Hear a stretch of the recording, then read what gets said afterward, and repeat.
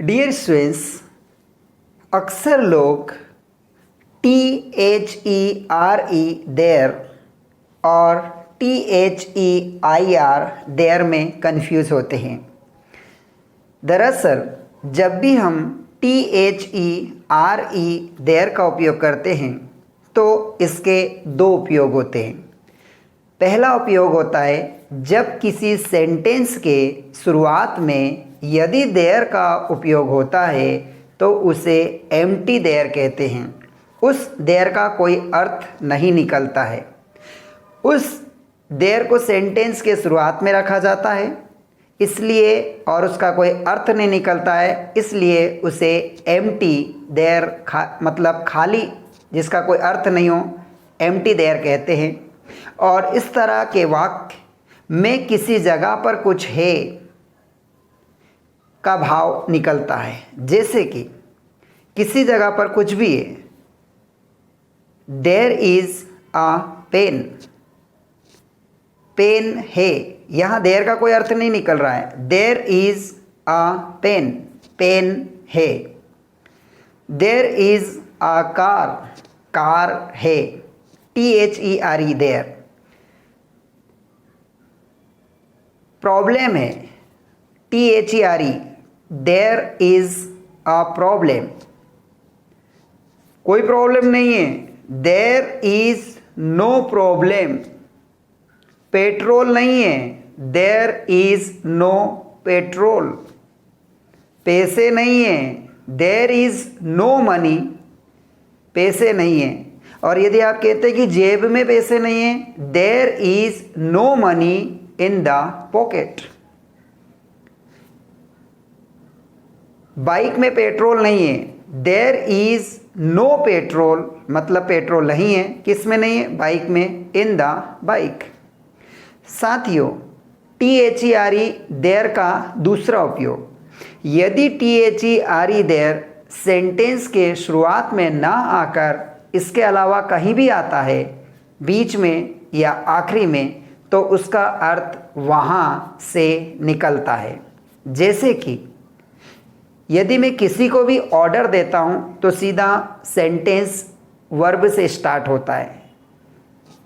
वहाँ जाओ, जाने के लिए होता है गो, तो मैं डायरेक्टली वर्ब से स्टार्ट करूँगा जब भी मैं किसी को ऑर्डर दूंगा।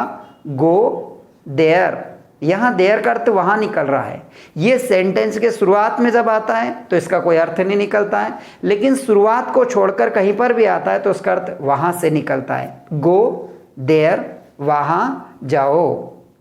सिट देयर, वहाँ बैठो।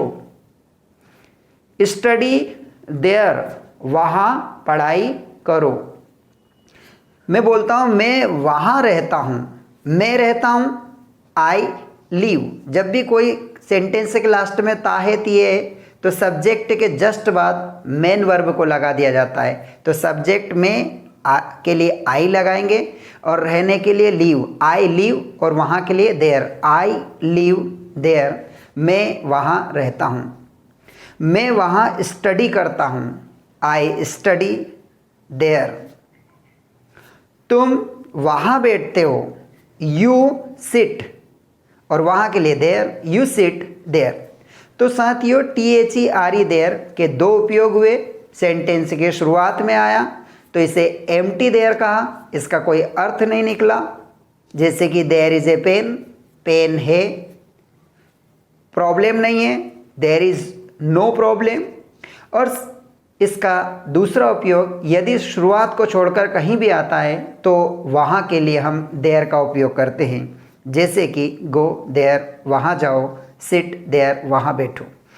साथियों, अब एक दूसरे देयर की बात कर लेते हैं, THEIR देयर।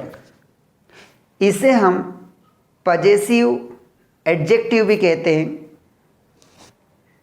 यहाँ देयर, THEIR देयर, इसका अर्थ होता है उनका, उनकी, उनके। जैसे कि उनके पापा, THEIR देयर पापा, उनके पापा। उनकी कार, देयर कार। उनका बच्चा, देयर सन।